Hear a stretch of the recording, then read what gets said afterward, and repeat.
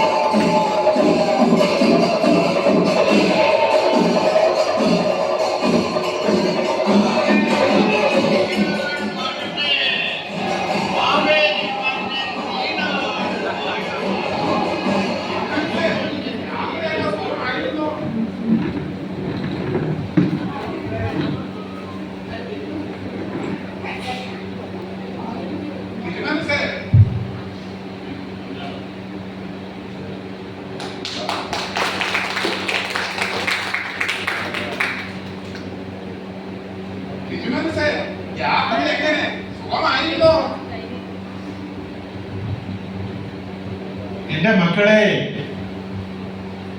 വളരെ സന്തോഷം.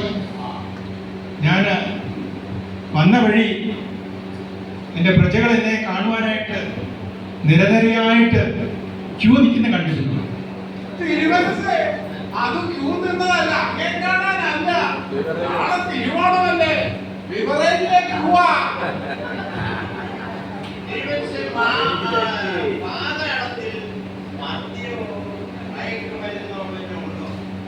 എന്റെ മക്കളെ, പാതാളത്തിൽ മയക്കുമരുന്നോ മദ്യമോ ഇല്ല.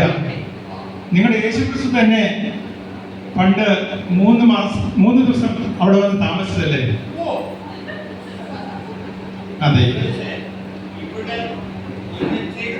നാടായി മാറിയിരിക്കുകയാണ്. കൊലപാതകങ്ങൾ പെരുകി പെരുകി വരികയാണ്. ഭർത്താവ് ഭാര്യയെ കൊല്ലുന്നു, ഭാര്യ ഭർത്താവിനെ കൊല്ലുന്നു, മക്കൾ അപ്പനെ കൊല്ലുന്നു, അപ്പൻ മക്കളെ കൊല്ലുന്നു.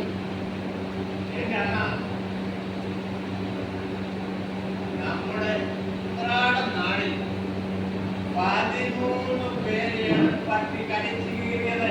എന്റെ അണ്ണ ഇത് പറഞ്ഞപ്പോഴാ ഞാൻ ഒരു കാര്യം ഓർത്തത്. ആറ്റിലും തോട്ടിലും കഴുനായുടെ ഭയങ്കരം. വലക്കുപോലെ പാവത്തിന്റെ വയറ്റെ കടിച്ച് കഴുന്ന, ചൂണ്ടയ്ക്ക് പോയ ചാട്ടിന്റെ ചൂണ്ടയെ കടിച്ച് കഴുന്ന, കണ്ടത്തിൽ കട്ടകുത്താൻ പോയ കരണിന്റെ കക്ഷത്തിൽ കടിച്ച് കഴുന്ന. ഭഗവാനെ, കരയിലും വല്ല വെള്ളത്തിലും വയ്യ. തിരുവനന്തപുരം ഇതിന് ഇവിടെ ഒരു മാറ്റം വന്നേ തീരും.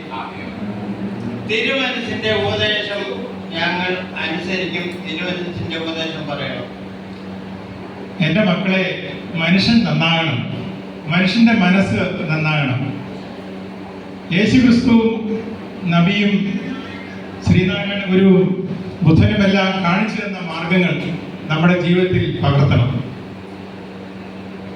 എല്ലാ മനുഷ്യരും സ്നേഹത്തിലും സൗഹാർദ്ദത്തിലും കഴിയണം. പണ്ട് ഞാൻ വാഴുന്ന സമയത്ത് കള്ളവും ചതിയും ഒന്നുമില്ലായിരുന്നു. ആ സന്തോഷം നിറഞ്ഞ ദിനങ്ങൾ നമുക്ക് തിരിച്ചു കൊണ്ടേ. നമ്മൾ സൗഹാർദ്ദത്തിൽ കഴിയണം. നമ്മൾ ആ പഴയ കാലം തിരിച്ചു കൊണ്ടുവരണം. എനിക്ക് പാതാളത്തിലേക്ക് പോകാൻ സമയമായി.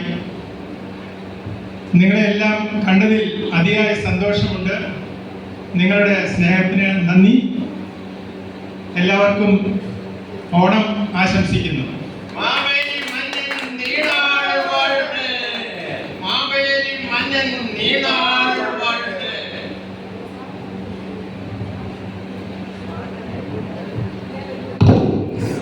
ഗോഡ് സോൺ ഹെൻറിയെ ഡെവിൾ സോൺ ഹെൻറിയാക്കി മാറ്റുന്ന നമ്മുടെ ഈ കേരള സംസ്കാരത്തിന്റെ ദുരിതങ്ങളും ബുദ്ധിമുട്ടുകളും ബോധ്യപ്പെടുത്തി തന്നുകൊണ്ട് മാവേലി പാതാളത്തിലേക്ക് യാത്രയാകുന്നു. സ്വാഗതവും മാവേലിക്ക് ഞങ്ങളുടെ എല്ലാവരുടെയും ആദരവും കൂട്ടുകാരായ ജോസഫ് സാറിനും നൈനാച്ചനും നന്ദി.